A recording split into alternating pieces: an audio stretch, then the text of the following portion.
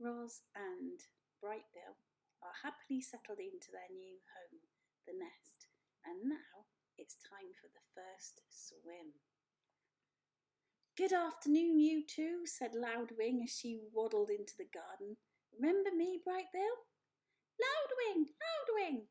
"Very good," the old goose giggled. "Now, Roz, do you know what tomorrow is? Tomorrow is swimming day. The day when all the parents take their goslings out on the pond for the first time. And you simply must bring Brightbill." "Swim, swim," said the gosling, shaking his tail feathers. "Brightbill can go," said Roz, "but I cannot swim. I cannot go to the pond with him. I will not be able to protect him." "Who'd have thought a big thing like you would be afraid of a little bit of water?" Loudwing laughed. "Well, don't you worry about Brightbill. He'll be safe in the flock. And he's going to have so much fun swimming with the other goslings. We begin at sunrise, so don't be late. See you in the morning."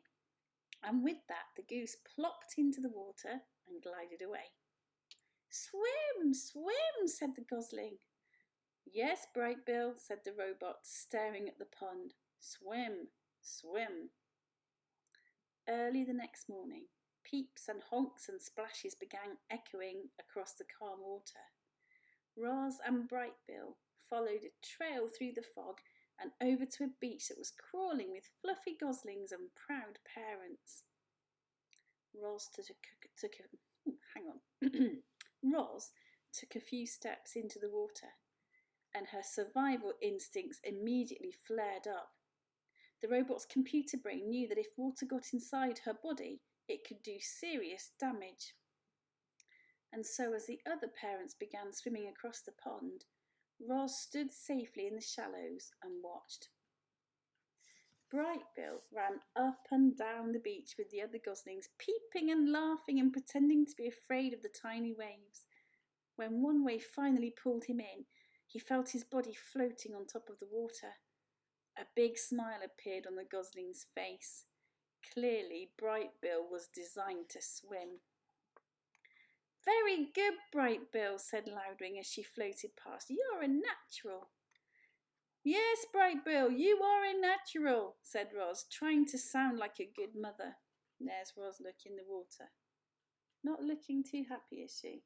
And there's Brightbill down there. Loudwing rounded up all the goslings and gave them a quick swimming lesson. "Remember, everyone, paddle your feet evenly to swim in a straight line. Paddle with your right foot to go left, and paddle with your left foot to go right. Try it out and join the rest of us when you're ready. Happy swimming day!" Loudwing and the other adult geese calmly glided across towards the centre of the pond. A jumble of goslings tried to keep up with them.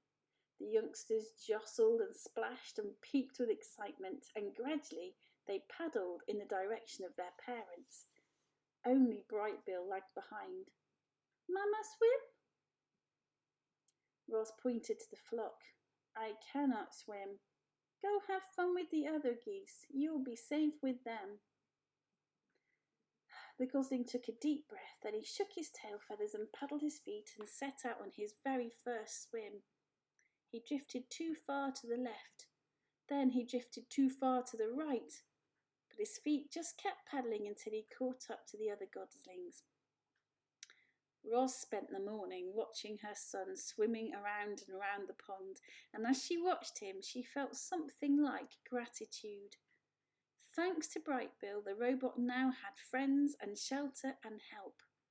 Thanks to Brightbill, the robot had become better at surviving. In a way, Roz needed Brightbill as much as Brightbill needed Roz, which was precisely why she felt such concern when the mood on the pond suddenly changed. One moment everything was tranquil, which means calm, and the next moment the geese were in panic. Something was violently sloshing through the group. It was Rockmouth, the giant toothy pike. The fish had been a problem in the pond for as long as anyone could remember, but he'd never attacked goslings before. All the parents immediately went to protect their young, all the parents except Roz. The robot could only stand in the shallows and watch as her son left the other geese behind and desperately swam toward his mother. "Swim to me, Brightbill, quickly!" The gosling kicked as fast as he could, but alone on the water he made an easy target. The pond rippled as Rockmouth slashed below the surface. "Mama, help!" squeaked Brightbill. The robot was terribly conflicted. Part of her knew she had to help her son, but another part knew she had to stay out of deep water. Her body lurched forward and then backward again and again as she struggled to make a decision. And then Loudwing came to the rescue. "Rockmouth, don't you dare harm that little darling!" The old goose fluttered over and splashed down right on top of the fish. "Leave him alone!" She pecked and kicked and beat her wings against the fish until he surrendered to the murky depths of the pond. Loudwing escorted Brightbill back to the beach, and a minute later the gosling was in his mother's arms, safe and sound. "Rockmouth isn't as dangerous as he seems," said the goose, out of breath, "but I think that's enough swimming for one day." The gosling grows. Brightbill soon forgot about the incident with Rockmouth, and he spent his mornings cruising around the pond with the other goslings. He was becoming a great little swimmer. He was also becoming a great little speaker. "Hello, my name is Brightbill," he said to anyone who would listen. The gosling was small for his age, and he always would be, but he was growing bigger and stronger by the day. His increasing size was matched by his increasing appetite. He gobbled down grass and berries and nuts and leaves. Sometimes he'd snack on little insects. If it was edible, Brightbill would eat it. And even if it wasn't edible, he might eat it anyway. Roz felt something like fright the first time she saw Brightbill swallowing pebbles on the beach. She was holding him upside down, hoping the pebbles would fall out of his mouth, when Loudwing stepped in. "Put the gosling down," said the goose with a laugh. "It's perfectly natural for Brightbill to eat a few pebbles. They'll help him digest his food. But not too many, okay, little one?" Like most youngsters, Brightbill was incredibly curious. He explored the garden and the pond and the forest floor, and he would occasionally explore neighbouring homes. He'd wander down some hole in the ground and say to whoever was there, "Hello, my name is Brightbill." Then a long robot arm would reach in and pull the gosling back outside. "Sorry to bother you," Roz would say in her friendliest voice. The mother and son slipped into a good nighttime routine. While the gosling slept, the robot might tend the fire if it was cool out, or gently fan him if it was warm. If he woke up hungry or thirsty, Roz brought him food or water, and whenever he had nightmares, she was always there to rock him back to sleep. The squirrel. A small squirrel was scurrying through the garden. Well, that was nice, wasn't it? I'll say that again. A small squirrel was scurrying through the garden. Brightbill had never seen her before. He peered out from the nest and watched her bounce across the lawn. After a minute of spying, the gosling shook his tail feathers and waddled outside. "Hello, my name is Brightbill." The squirrel froze. Then she slowly turned round, and then she started to talk. "Hi, Brightbill. My name is Chit Chat, and I'm a 12-and-a-half-week-old squirrel, and I'm new around here, and your home is really big and round, and I don't understand why smoke sometimes comes out of it."